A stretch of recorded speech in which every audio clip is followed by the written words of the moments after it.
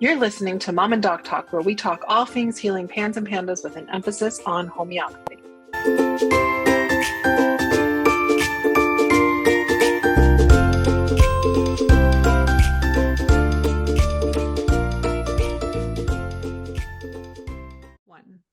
Hi, I'm Jody the mom.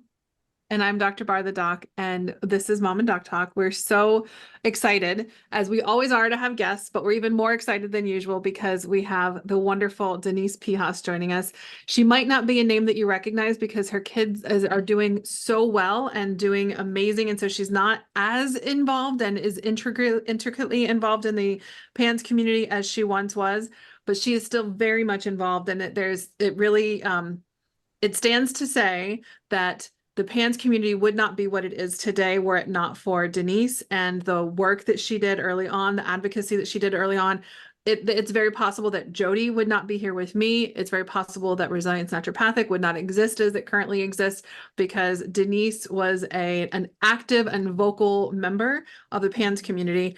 So there are literally thousands of people who are getting the support that they are getting because of the work that Denise has done. Tens of thousands of people who are learning about homeopathy because of the work that Denise has done. So her very humble bio is that she is first and foremost a mom of two amazing and courageous adult children and the wife to the love of her life for 30 years. She is a restaurant owner of the amazing Yanni's Bar and Grill. If you're ever in San Diego, you have to check it out.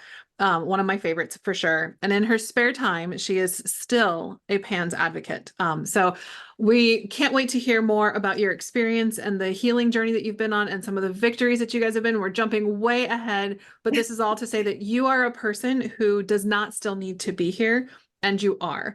And when you did need to be here, you showed up for your family and you showed up for everybody else's family too.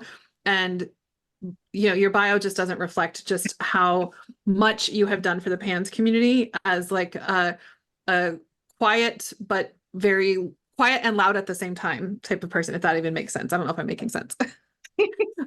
So welcome, Denise. We are very, very excited to have you here. Oh, well, I'm excited to be here. And, it goes both ways because I wouldn't be in this position right now sitting here if I hadn't met you. I guess it was 8 years ago. So it would be a completely different situation than it is right now. So we appreciate you so much back and we'll be forever thankful. And I know that somehow you and Jody, the universe was meant to have the two of you together, but thank you. I'm excited to be here. Well, the universe works through you, I think. So. Right. Denise, I'm so glad that you're with us. So let's get started. Let's talk about, just tell us about your story. Tell us about how PANS first showed up in y'all's life. Yeah. So in the summer of 2012 is when I guess the overnight kind of onset we'd say would occur, but like backing up a little bit before that in 2012, we noticed that Isabella's our daughter. She was having some like paleness, some lethargy, and just heat sensitivity. So we were about to embark on a big trip. So we said, well, let's get that on the books for an appointment with the doctor. And then we did go on this big trip to Europe. And what happened was she got sick. And it wasn't strep throat. She did have a sore throat, but she got sick and she had a fever. The very next day, what occurred was the severe panic attack. And it was something that we had never, as parents, encountered with her before. And I'd never seen, one, but it definitely seemed to be, what it was.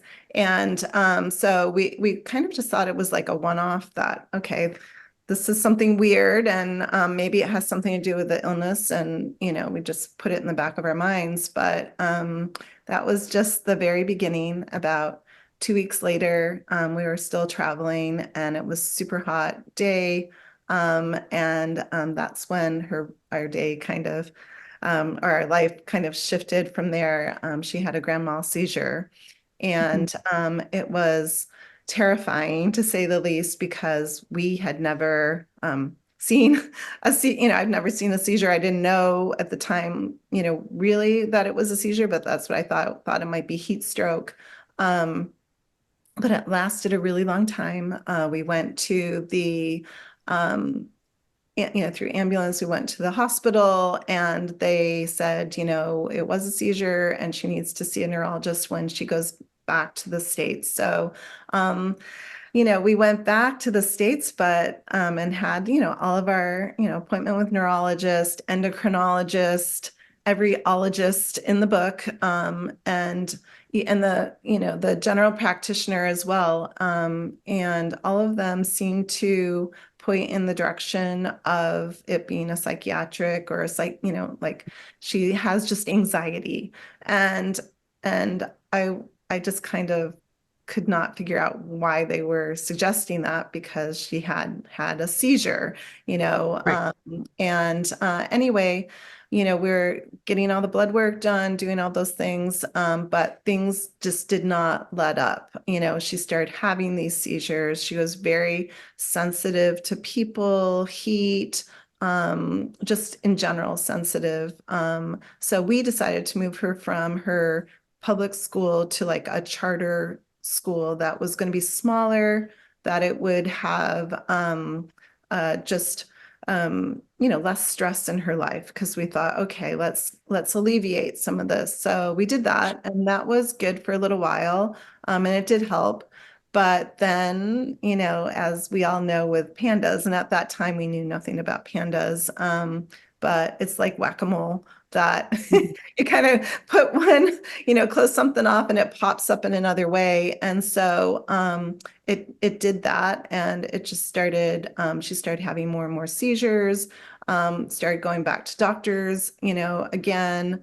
And by this time, like there were, a lot of psychological anxiety kind of feelings, and started her on anti-seizure medications. Those weren't working. They would cause more seizures.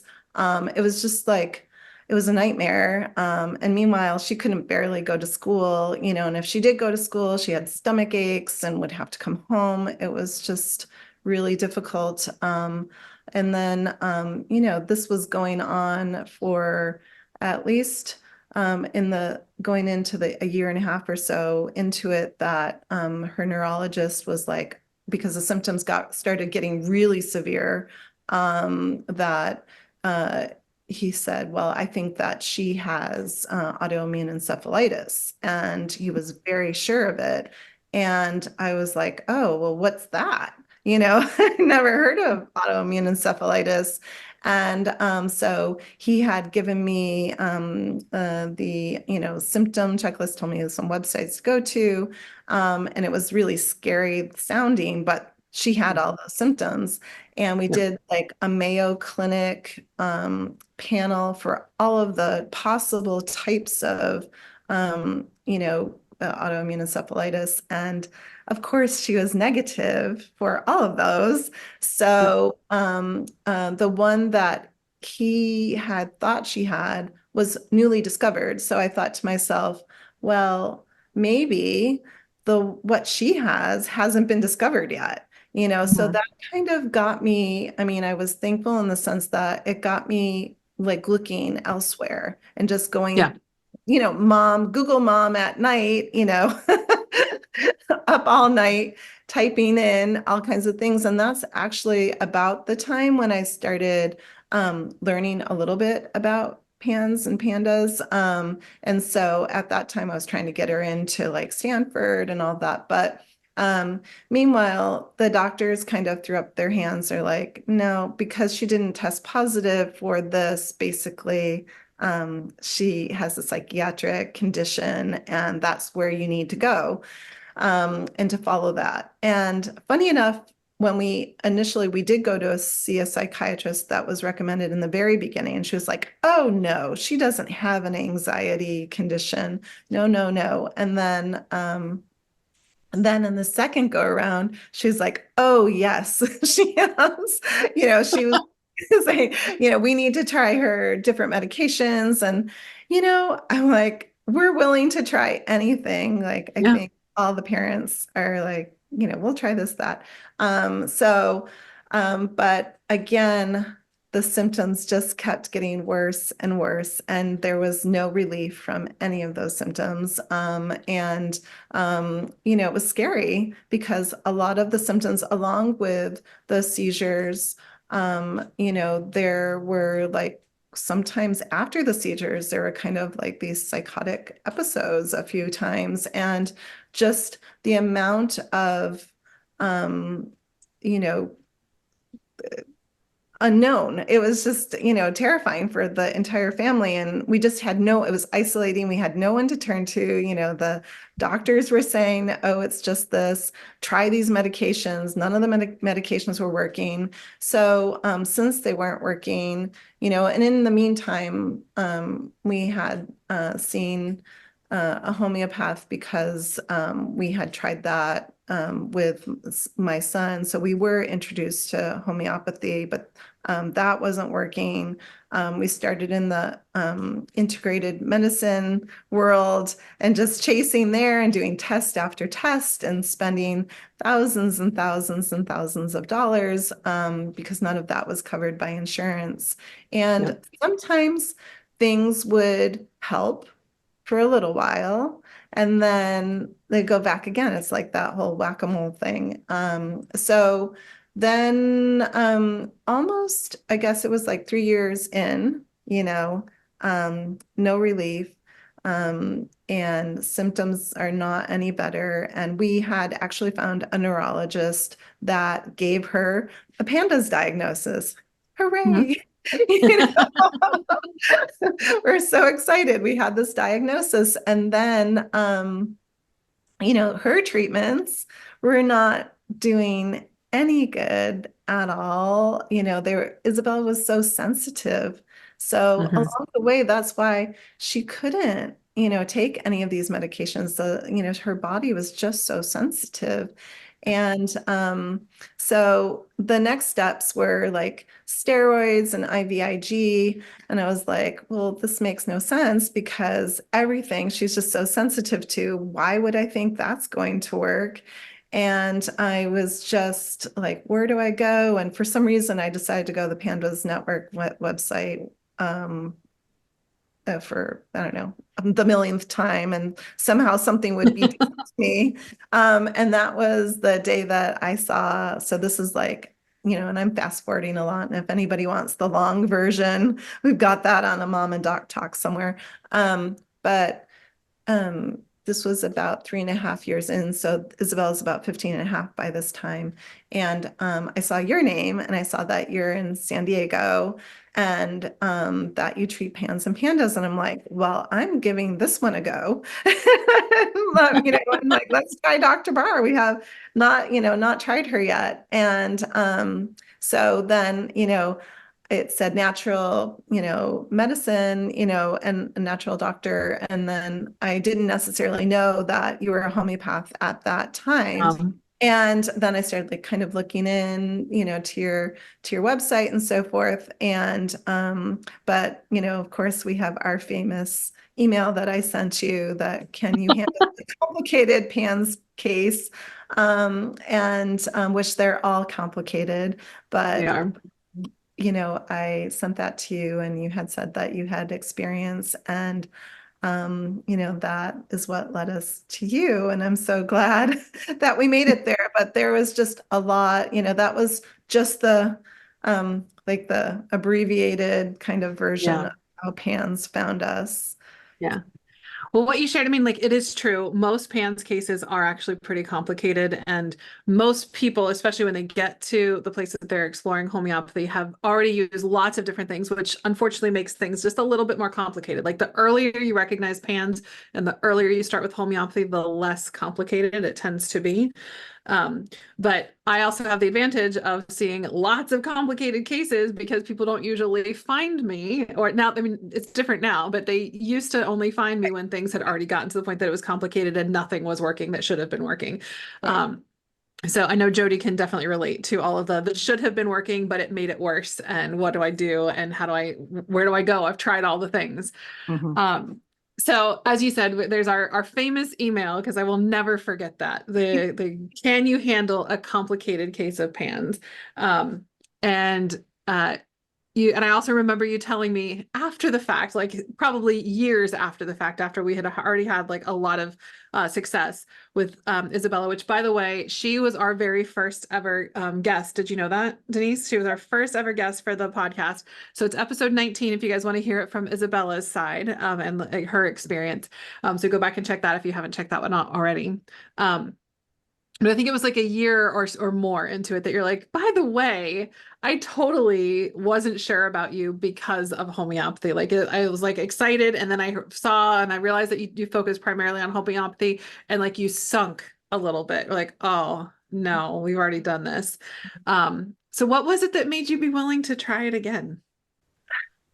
Well, I did, the homeopath that we had used for Isabella, I had used with our son years before that, and he had some success with him, and I used him for myself.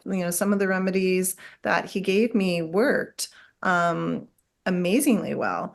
But he was not a good fit at all for Isabella, and his method, I don't know, it's just something had changed also, I think, about him. So it was just not a good fit. And I mean, I think I told you also that, I was at a fork, the path of the road, the fork of the road that, okay, I think I even got a call from the doctor while I was in your office now, thinking about it, that, Mhm. I can go this way and I can do steroids and I can do IVIG, or I can give this a try.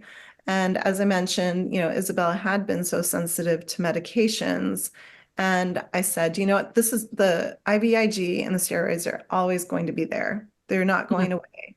I just have this instinctive feeling that I need to go this way and give this a try. And so that's what we did. And that was life changing. But, I don't know, my instinct just told me this was the path to go forward. There's so many people who get to that similar place where, I mean, you were at like a fork in the road after several other wrong, like going down paths that just didn't work out, that you found out to be dead ends, right? So it's like, and I mean, I definitely had similar experiences where I had personally had some dead ends with some medications that didn't work or didn't help me the way they did. And this is true of so many PANS families, because PANS kids just don't respond to medications the way somebody without PANS does. And then, you get to the place where you're like, all right, I could try this thing that maybe I either don't really understand, or I've tried before and with a different person and it didn't work so well. Or I could do this. And like, I love what you said. There's always that other stuff will always still be there. Like I can go there if I have to. And maybe we'll try not having to go there too. Yeah. No. I feel like at least 40 moms are nodding their heads when you said it was your instinct that said homeopathy. And that's such a strong, hard to explain. I think that's what so many of us experience. So talk to us a little bit about your experience with homeopathy with different providers. Versus different providers. Mhm. Well, I mean, just from the Western side of it, the Western, regular, normal going to a doctor's office, I always felt like I had to speak like 100 miles an hour, because I had, 15 minutes to like say everything that I needed to say. And so I always felt that we were being judged, that we weren't listened to. And there was, I don't know, just this, like, because you don't check this box, therefore it means that it's a psychiatric diagnosis. And that just did not resonate with me, that, yes, there are psychiatric symptoms. Like, I get that. I see them every day. I understand that.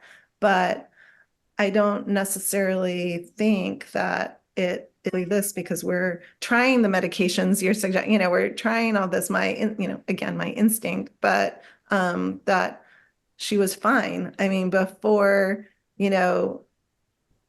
being, 12 years old, she was very active, involved, just busy, busy, busy all the time, good student, singing, dancing, all that stuff. And then suddenly to be cut down to not doing anything, I'm like, that's not psychiatric. There's something wrong. And the first awareness that, making that one appointment with the doctor, the first little sprinkling signs that I saw were that she was heat sensitive, that she was pale, and not having the energy that she used to have. That was the first sign for me, not the psychiatric symptoms. So, so I would say how it differed was going in with into homeopathy is, and also I have to say with some of the integrative medicine, doctors that we went to, there was the validation that like what you're saying is true, that you're not making it up, that there is a root cause, that people would listen to you, that I didn't have to, even though I did speak 100 miles an hour, because I just remember always saying, I'm sorry I'm speaking so fast, but I always felt like I had only this certain amount of time to say so many things of what was going on. But with like going into your office from the very beginning, you were just welcoming and listening and understanding. And I felt like you had been in our shoes almost, and come to find out, you kind of had. But I didn't know that in the beginning, and we hadn't experienced that before. Like, getting, say, this diagnosis of pandas was one thing. And, we've been chasing that for so long just for the validation of that. But that really didn't mean all that much, just getting this diagnosis. I really felt that what differed is I felt like there would be a resolve in the end of this. I don't know, again, my instinct, but that's what I felt like. There was a plan of action. We're gonna make it happen. Yeah. I feel like so many moms feel that way, like are like coming to homeopathy and having someone that fully understands us is like the release of a weight that we carry for a long time. And then follow-up appointments are pretty much therapeutic for us as moms, even though it's not the intent, but it almost feels like it was the beginning of my healing journey as far as things go, right? And it's just an ease for us as moms. Yeah, I agree with that wholeheartedly. It was like, oh, finally, someone understands me and is not thinking that we're making this up, and that, believes that they can help us. Yeah. So I know that there's obviously pretty big differences between like conventional medicine and homeopathy, and even integrative medicine and homeopathy. But I've heard from people that they have different experiences from homeopath to homeopath. And so I'm just curious if you've had any, notice any like differences working with different providers of homeopathy that you think had any impact for you guys. I mean, so we only really worked with like the other homeopath, and well, I'm working on my own with, other within resilience. But you were the only other person that we worked with. And again, it was just the other homeopath, I like, and Isabella would probably say the same thing. There was something behind it that just seemed like he didn't really believe what we were saying. Like there was like the things that we were saying, and any PANS mom will probably say the same thing, that most people are like, there's no way that can really be happening every day in your house. There's no way that these symptoms are that severe. Like you must be making it. And I kind of feel like really that was like we could feel that, there was this sense that, okay, we've got this. We're going to take care of it. And that's what we felt differently with you, that somehow, some way we were going to figure this out. Yeah. And it's so interesting because it's even written in the Organon that Samuel Hahnemann, the founder of homeopathy, says that you must believe the person who's like in front of you. You must believe them. And even to the point that if somebody is experiencing psychotic symptoms, you need to believe, because regardless of whether it's part of your experience, it is truly part of their experience, and you will not understand it in a way that you can then lead to like make a selection for a homeopathic remedy that will help them if you can't understand what their true experience is. Um, so, so Denise, you all, oh, sorry, go ahead, Jody. no, I was just gonna say Isabella was older whenever Pan showed up into y'all's world. How do you think her age impacted y'all's experience? Um, it was a huge impact. And I'm just gonna say that even though like her overnight, onset was at 12, I really believe that there were situations throughout her childhood that were giving us indications that, oh, this is going to be happening. It's kind of percolating in there. There were situations, but definitely as a 12-year-old, there's two things.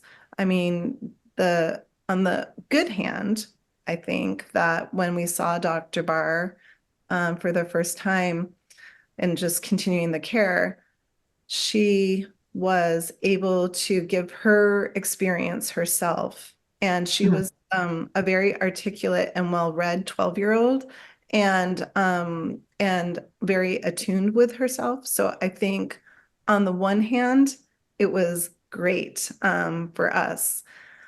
On the other hand, with all the other providers, I think it was really hard and it caused a lot of trauma. And I didn't think I was going to get emotional. But I feel like to just constantly being told, like, it's not like you're 3 years old and you're not really comprehending what's going on at the doctor's office. At 12 years old, you understand and you have the ability to go home at night and look on Google yourself. What does it mean, disassociative, this, and what does it mean, any kind of psychiatric illness, and to have that in the back of your brain, and also to just not be believed, and understood. It was, I think that, and being a girl and being 12, it was like, oh, it's just anxiety. Oh, it's just, this is normal. It's just hormones. And I'm not saying that hormones didn't play a part in anything, but it's just one little piece of the puzzle. There was definitely something to find the root cause, let's say, or to, find a path forward. And so it was traumatic, Yeah. being older, I think, in a lot of ways. It's hard for the Well, older. I mean, it sounds like it really did impact the care that you received because there was more things that they could possibly blame, right? Than you would blame for like a 4-year-old. Or maybe not even more, but like different. But more so that like different things that could be blamed for what she was Like, I experiencing. really And then can't go to bed, oh, really, yeah, like at 4, like you would never, of course they're just, but at 12 or 13 or 14, the,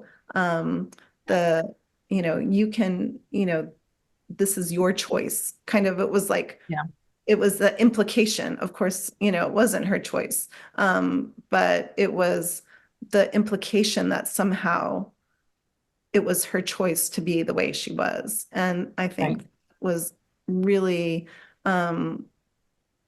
psychologically damaging, and traumatizing to have to Yeah. unravel all of that. And I think also, as you said, Dr. Barr, with just on another side note, that catching it younger, is a lot easier. So at 12 years old, even though she had this extreme overnight, kind of, uh, the situation, the it didn't happen overnight, and it Right. a lot to unravel, 12, 15 years actually by the time we saw you. Her onset, from, if we had really had any idea, like the little ragey kind of situations that came up, but then they would go away. Like there were thoughts that crossed my mind, like I should maybe take her somewhere because this is not, right. Every time she was sick, when the doctor would say, is she always this anxious? And I was like, oh no, every time it rained. When she's sick. Yeah, it's just but then it would, clear up as soon as she was better. But it's just it's hard, I think, on the older ones. Yeah. I thought about it for sure because obviously I have a relationship with you and Isabella. And I remember one diagnosis in particular, and I will leave it to you if you want to say it, that was suggested to her that could be going on. And I remember it coming back way after the fact, like, could this have been right? And like still experiencing some amount of trauma. Like, is there any chance that they were right and that this is explained by this other thing that basically means it's all in my head, and it's just, thankfully she was able to move through it. And like, I think that in and of itself was part of the healing process to like work through some of the trauma from getting treatment. Right. Yeah. So I'm curious, I'm guessing we're already there, but like, what were the biggest challenges in your recovery journey? Like, was it the trauma aspect of things, or were there other things that just like even logistics that were really biggest challenges?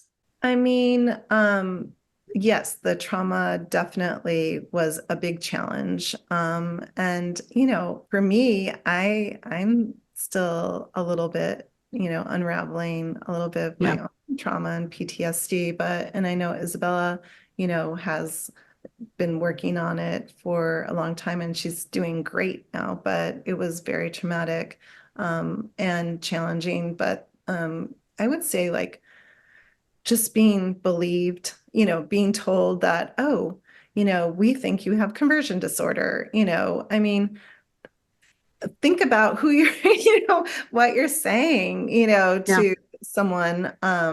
It like you said, sticking with it just doesn't go away with that, what a possible diagnosis would be. But even with homeopathy, there are challenges too, because like for me, I would say the biggest challenge was like when we were doing great, when things were like, oh, this is good, we're doing better, and there's less seizures, and then there's a seizure, and it would drag, I know for sure it would drag me back in, and Isabella, I'm sure too, I'm sure she has said that it was challenging, but she was the one actually that would prop me up. And she would say, Mom, it's okay. We're gonna, it's gonna go back and everything's gonna go back to normal. I'm gonna be without less seizures again. It's gonna be okay. And then also I would say the other thing with homeopathy, and I'm not sure if people bring this up sometimes, but like after you've been in it for like a year or so, that you're like used to seeing these like big jumps, like, oh, the seizures are down to like once a month now from every day, but then things are really, they slow down, and even, and there's still all these outside smaller symptoms that need to be taken care of. And so you don't see these big celebrations as much. And so it can be daunting, but that's the way of homeopathy, because all you have to do is think back, well, okay, last year she was having seizures every day. And last year, you just have to look at the symptom list, she was having these kind, the intrusive thoughts and all, and things, just the symptom list was so long. So I guess those were the biggest challenges, but then they ended up, working themselves out, but it was challenging at the time. Yeah. Talk to us about some of your biggest victories that you had with the healing journey. Every day, I think is a victory, but I guess like going down the road of victories, like the first one I would say is like, because Isabella had been really good at articulating her symptoms, I think, right from the get-go. And so just having an alleviation of her seizures right from the beginning, going down from like every day or, to like twice a week, then down to once a week, once a month, every 2 months, 6 months, etc. To now being, drum roll, 5 years plus seizure free since 2018. So Awesome. yeah, so never, ever, ever, would that, back then, that never would have been a consideration. I just thought that was the part of our lives forever. But, victories being also like the first time that, she was sleeping by herself and, because I'd been sleeping with her for every day for years and even just going to the bathroom alone, like I would have to stand outside the door, taking a shower. I think Dr. Barr would say maybe when she saw Isabella's eyes for the first time, because she was so sensitive to light that, she was wearing these special glasses that would dim down and keep her less, triggered by the lights, because there were like a lot of lights at her school, like fluorescent lights and things like that. But every day for us is a celebration, really, and a victory. But, just even, I never thought that she would graduate high school, because when we were first seeing Dr. Barr, I mean, she couldn't go to school.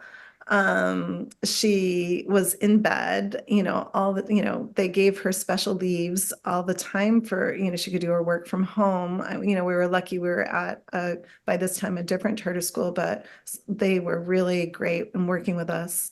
And maybe we can just chat about this later, but we had a 504 plan, and this was very helpful for her. And she was, having an older kid. I think she was very much involved in creating the 504 plan. And when she would do a presentation each year for that.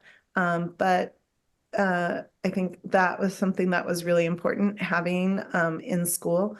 But I never thought that she would graduate high school and then go on to college and then, go to college on the East Coast, and we're in San Diego, and, graduate in 4 years during a pandemic. I mean, I could go on and on. She worked in Europe for a summer after graduating, traveled all through Europe, but with a friend, and sometimes even by herself, sleeping in hostels. And, she just went to Japan, and was there for the earthquake, everything was fine. But but years ago, like that would not have been fine. Like, she's coming, it's just amazing. Like I say, it just keeps going. Like the victories keep going, I haven't stopped. Every time I talk to her, and it's not all that often anymore, but every time I talk to her, there's like a new thing that I'm just like jaw on the floor, like amazed at how she's doing and the way that she has taken a lot of like the sensitivity that she had and turned that sensitivity into so many strengths. And, there's two sides to it, and it's the same quality is still there. And it was a problem before, and it is such a strength for her now. I mean, we were sort of already talking about this, but like anything else you can share about like what you know from her about what her life is like now? Well, she does live with us, so so I do know a little, but she doesn't spend very much time at home. But well, I mean, she was a she's been a musician forever. And she wasn't really able to pursue that so much during the PANS years. And so now, she has a band, she performs by herself, but she also has a backing band, and she has two bands actually, and then is involved with a lot of music, other art programs. And then she works She works right now at the restaurant for us as an aspiring server, but she's doing this temporarily because the music doesn't pay the bills, let me say, right now. But most likely, I mean, I think she is trying to decide, most likely she will go for her master's, but she is just taking some time for herself right now, which is really important. Mhm. Most likely she is going to be moving out, sometime in the near future. So she's looking for, actively looking for a roommate or roommates because San Diego's expensive. But she's doing great. I mean, life in general these days is not always, butterflies like for the world, Mhm. butterflies and unicorns, but I feel like the um the strategies and her healing now has, the name of your business is a perfect name because she's so resilient now to whatever happens. She was in Japan and the earthquake happened. And I'm like, I didn't even look at her location like while she was in Japan. Like for me, this is, and then I'm like, oh, and I'm texting her, are you okay? She's like, oh yeah, we didn't even know. But for her to even hear that there was an earthquake back in the Mhm. day, she would have been, I don't know what she wouldn't have been in Japan, first of all. She would Mhm. have been afraid to travel. So she's just so adventurous now, Mhm. like she just has this lust for life, which I she's my hero. I just I can't say, and I could talk all day just about how wonderful she is. Yeah.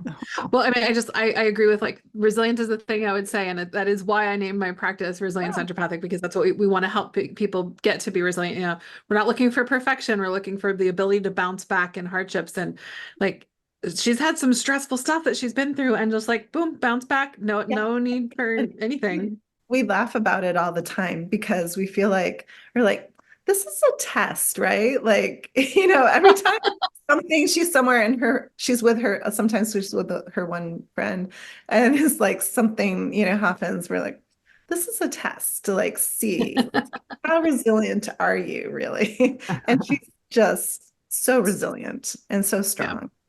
That's awesome. Let's talk about you for a second. Denise, what is life like for you now? Um, well, very different. Very different.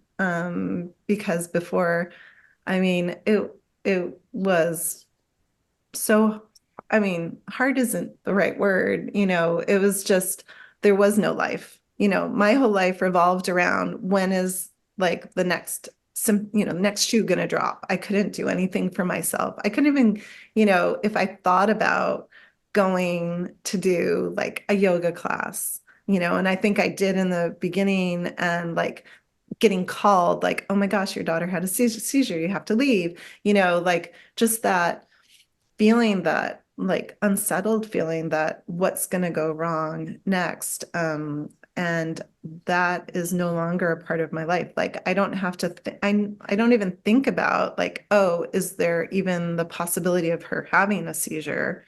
You know, um, you know, I remember like last year when she was in Croatia and I was like, all of a sudden decided to check Isabella's location. And it was like in the middle of the sea. And I was like, normal me, but back in the day would be like, oh my gosh, she's drowned, But I was like, oh, she must be on a boat somewhere, my, my life is very different than it was. It's a lot more balanced. I mean, my business, strangely enough, has taken a lot of like since the pandemic, a lot changed. So I work a lot more than I used to, but I don't have, it's just different because I don't have to take her to doctor's appointments all day long. Worry if she's taking this medication or that medication. Life is much better for me for sure now. My marriage is better. I mean, during the PANS years, I know a lot of parents would, talk to this that it's really hard on your marriage because I'm an all or nothing person. Like, I'm going to give you everything. And at that time, I felt like I had to devote 150% of my time and my energy to Isabella healing and finding a way to heal her. So it was hard on our marriage for a while, and I didn't ask for help, which I should have. I should have delegated some of the tasks, but I felt like nobody really understood, what I was going through. And like, also that goes to like the isolation that you feel just in general as a human being. My friends didn't understand, family members didn't understand.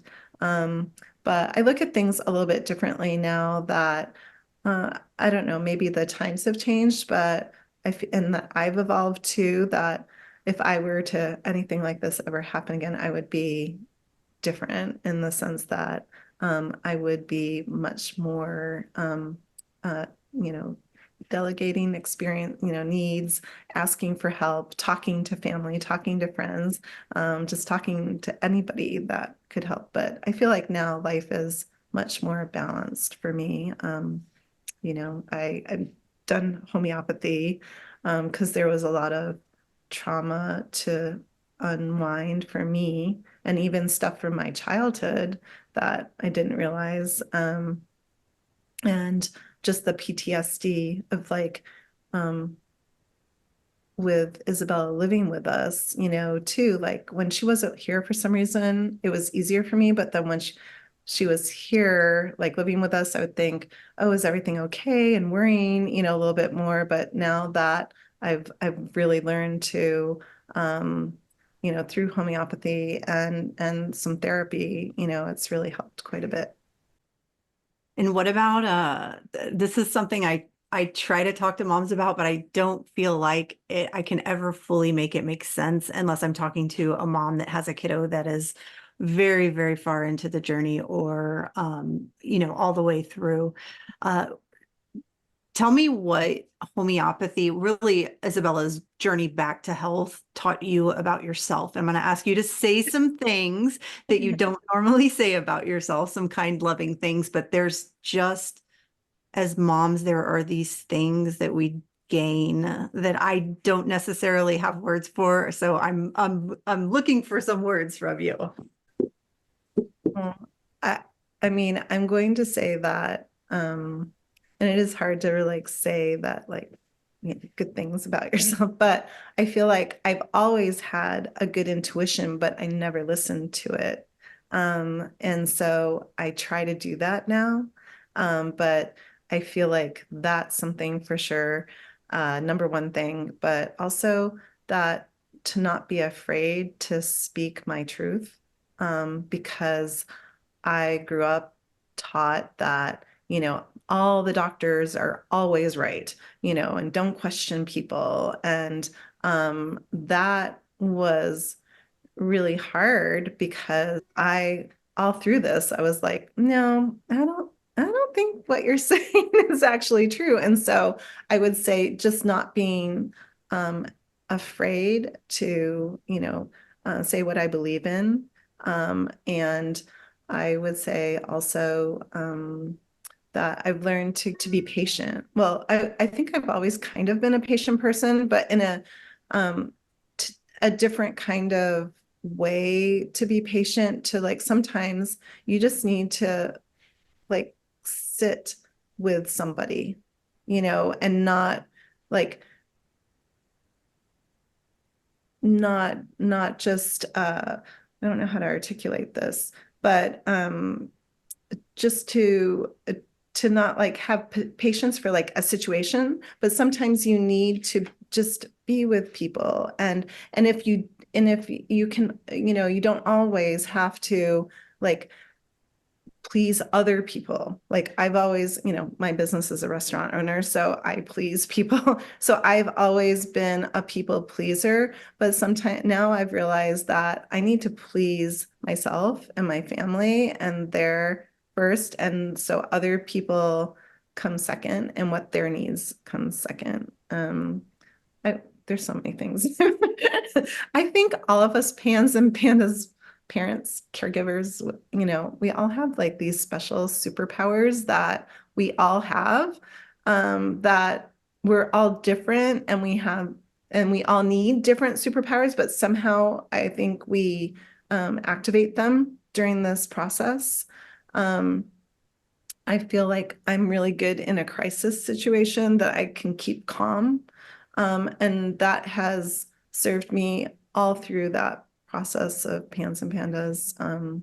Yeah, and it's even served me now. Like I had, you know, some situations that, you know, people were in crisis, and that because of the skills I learned when Isabella was in crisis, that I was able, you know, sit with them, be patient, and help them out of crisis. And then giving people grace, I think, like just giving them a free pass sometimes is another thing that I've learned. I've learned a lot. But giving, you know, like not being judgmental of other people necessarily, you know, because we just don't know, you know, you know, we think we know other people, but we just don't know. But yeah, I would, and I think I would have been a great private investigator in another life. I think, I think, or a scientist or something, you know, I would have, or a homeopath. You know, like, I feel like I didn't realize how much, not that I liked, but I'm really good at, like, I don't give up, you know, like, I just don't give up until I get the answer, you know, and I'm fortunate that I did have some of these traits. I mean, because I think that helped me, even though you know, I spent too much time searching this and searching that and maybe tried too many different things. I felt like I wasn't going to give up until I found the right person, which, and Dr. Barr, you know. You know, I always say that I feel like for everybody who can get through it, that PANS is actually a gift in one way or another, right? It teaches you all of those things that you learned about yourself. It gives you appreciation for things that we take for granted. And these kids, when they come through on the other end, like there is something about having experienced that and then bouncing back that just gives them this ability to just do some really remarkable things. Like I am routinely impressed by what PANS kids who get through and past PANS are able to do in the world. And so I think ultimately it's a gift. And for anybody who's listening who is on the early end that is like, no way is this a gift. I'm hopeful for you that you will see the gift at some point in the future. It's just a gift that is hard at first. Very hard. Like let's just acknowledge it's very hard. So let's shift gears a little bit. So obviously Isabella is recovered. She's doing really well, like that 5+ years and like all the things. And you guys can for sure go and listen to Isabella's podcast too, or her episode 19. It's really just, she's an excellent speaker, and it is really good to hear her perspective too. So in spite of this, like you haven't said, okay, fantastic, done with PANS, hallelujah, let's go on and live life and catch up for lost time. You're still actively involved in advocacy for PANS and Pandas. And in particular here locally in San Diego, you are working on trying to get a center devoted to pediatric inflammatory brain disorders at our local children's hospital. So tell us a little bit about what you're working on.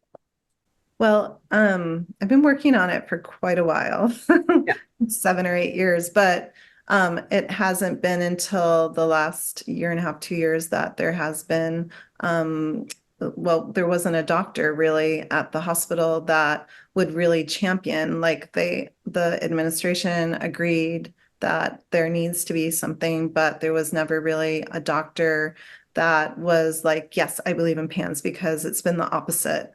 And so I had been working with the foundation for over the years, and just kind of being a squeaky wheel, like, okay, you know, every so often we meet and see if there's anything that we can do, because my goal is that, no child experience what we experienced at our hospital. And so that's the goal. That if someone goes in with like all these crazy symptoms, that they're just not like shifted to the side and said, oh, you just have a psychiatric diagnosis. So the Pediatric Inflammatory Brain Disorders program is just in its infancy. And actually, I don't even know when it will be fully, operating. They do have a fellow, and she is doing a lot of research right now, and she is seeing some patients. They are actively looking for a care coordinator. We did a fundraiser for them in April, which we were lucky enough to have you attend. And we raised $25,000 for them, which is great. The local Scripps Ranch unit is taking on the PIBD program as well and using it as their fundraiser for this year. So that's really awesome. And that the hospital actually put this on a list is a very big thing, because I can't just ask them to fundraise for it. They have to have been approved by the administration. So it's an upward battle. I'm trying to take a different, now that I am kind of out of the, mud of all of this and out of it a bit. I'm looking at it.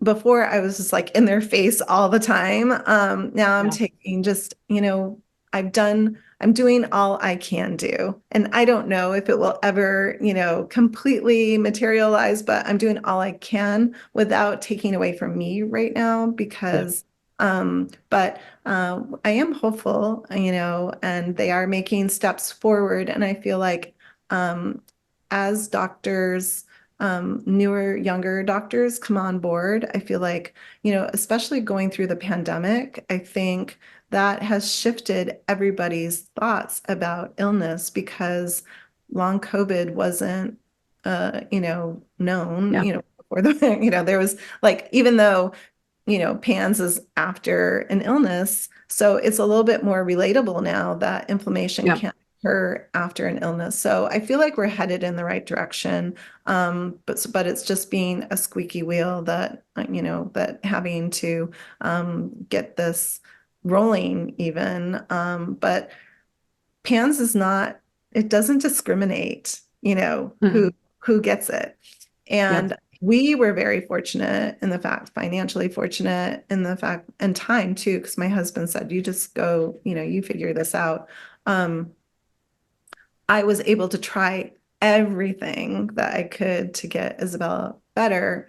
But not everybody has that luxury. And so if caught early, I don't know, but potentially, like if someone just they're experiencing PANS symptoms and they're 3 or 4 or younger, before things get chronically, it's in an acute stage, then there's the potential that they wouldn't have to spend years and years. I mean, I want you to have all the business you can. And I think you have, I think you have enough, right?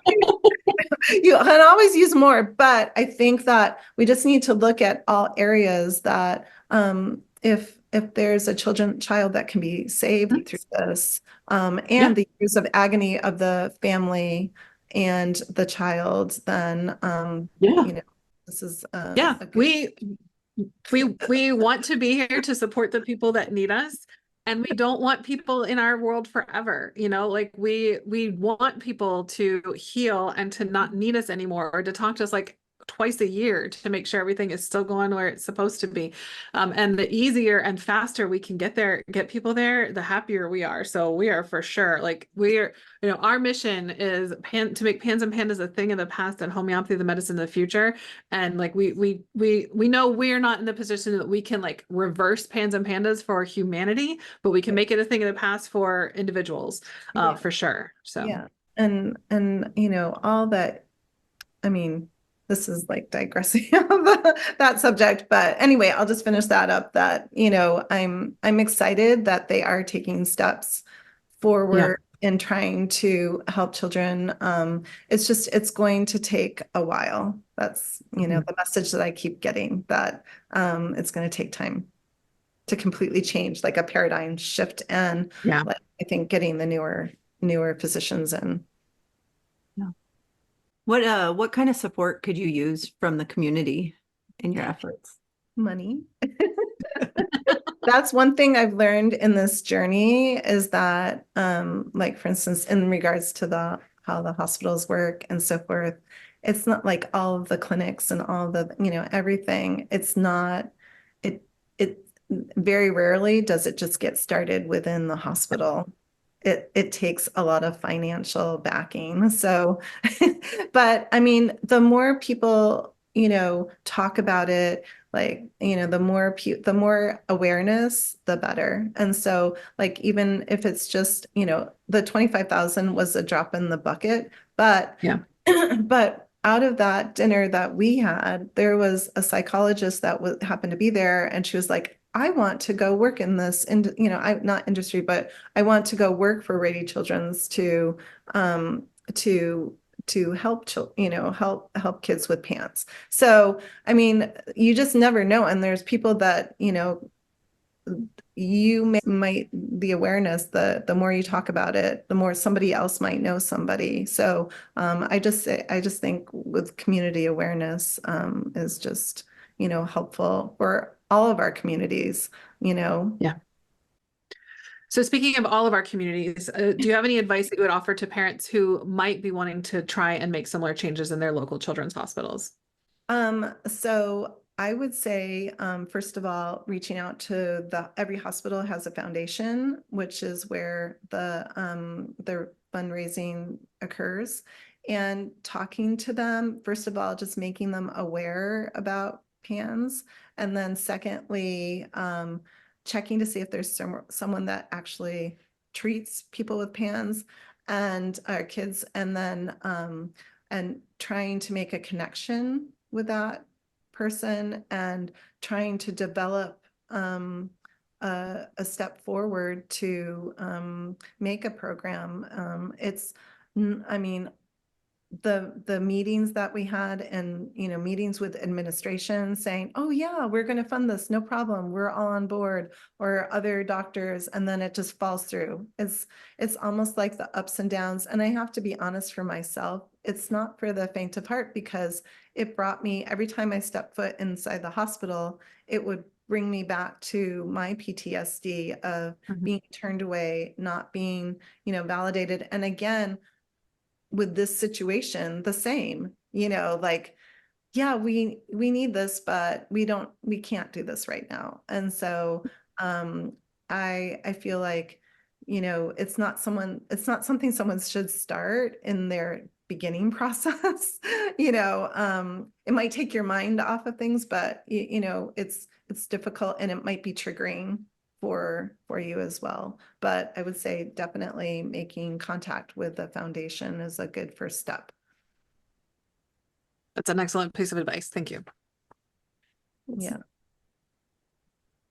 I did want to, some thoughts as we are talking about all of this were like entering my mind, and I don't know on the time how we are, but I just wanted to just briefly just talk about like this like new chapter in my life for being a parent of a adult child that had PANS, like just new parenting, like as an adult, she's an adult, I'm an adult, we live in the same house, and how we had to shift the way our relationship works, because all those years I was making all of her decisions pretty much.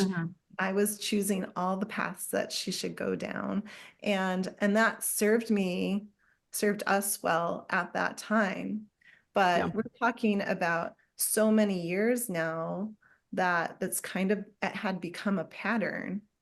And then, and of course, I am so happy that Isabella is where she is and who she is and everything. But it was challenging at first to have new patterns in the way we relate to one another, and to allow her. And I had to like scribble little mantras to myself that, because you're so used to jumping in and saving the day, like all the things that the character traits that I had that served me so well in the beginning of Pans isn't necessarily what I need right now.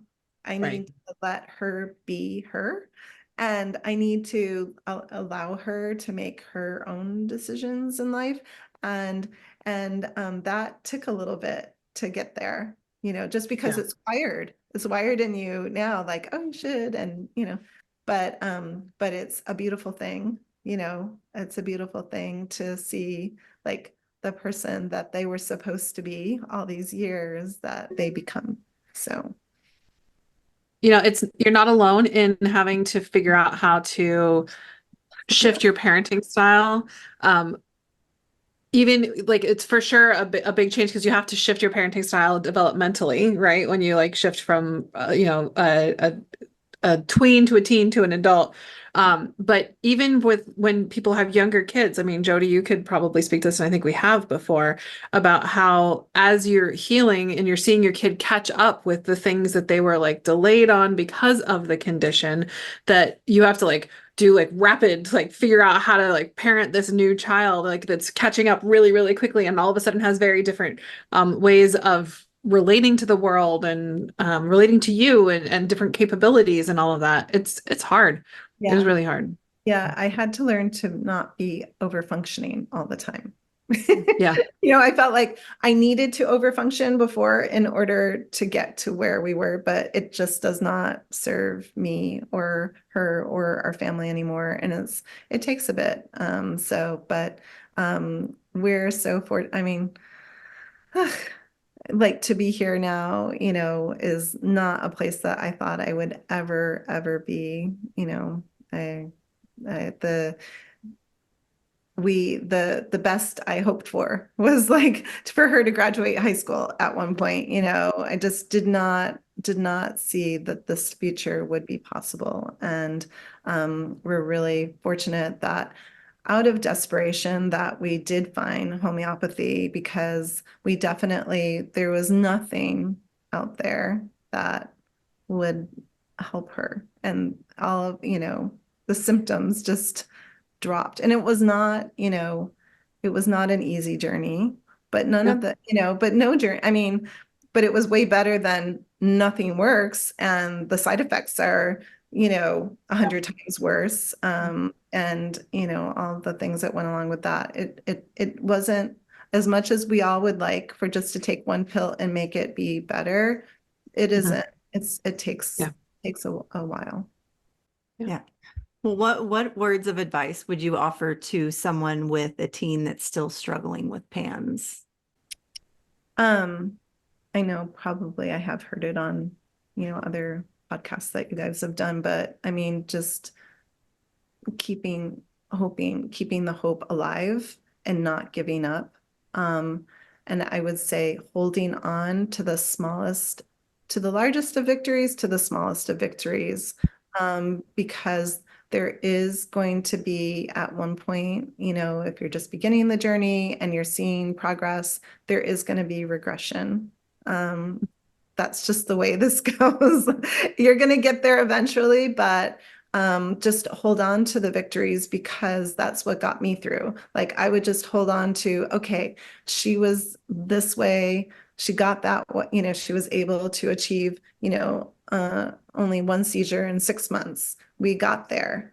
We're going to just start all over, and we're going to get there again. And it's Mhm. maybe 7 months, but it's, we're going to have to wait and see, or maybe it's going to be the same again, but you're not going to go back down to the place that you were. It might be a temporary, regression, but you just hold on to the hope. Fantastic. Well, Denise, like I said at the beginning, I'm so grateful for you and your quiet advocacy. I mean, you're not the loudest person in the world, but you are a strong person, and that you never gave up for your daughter, and you shared what you learned with the community, usually quietly, right? You would have a lot of one-on-one conversations with people and support people, and like you are just somebody who as you said, you have a whole lot of strengths that Pans really showed to you and like brought to the forefront. And I am so grateful for you. And I am going to speak on behalf of all the people who don't know that they need to be grateful for you. We are grateful for you. And thank you for your time today. Thank you. Can I just say a thank you to you?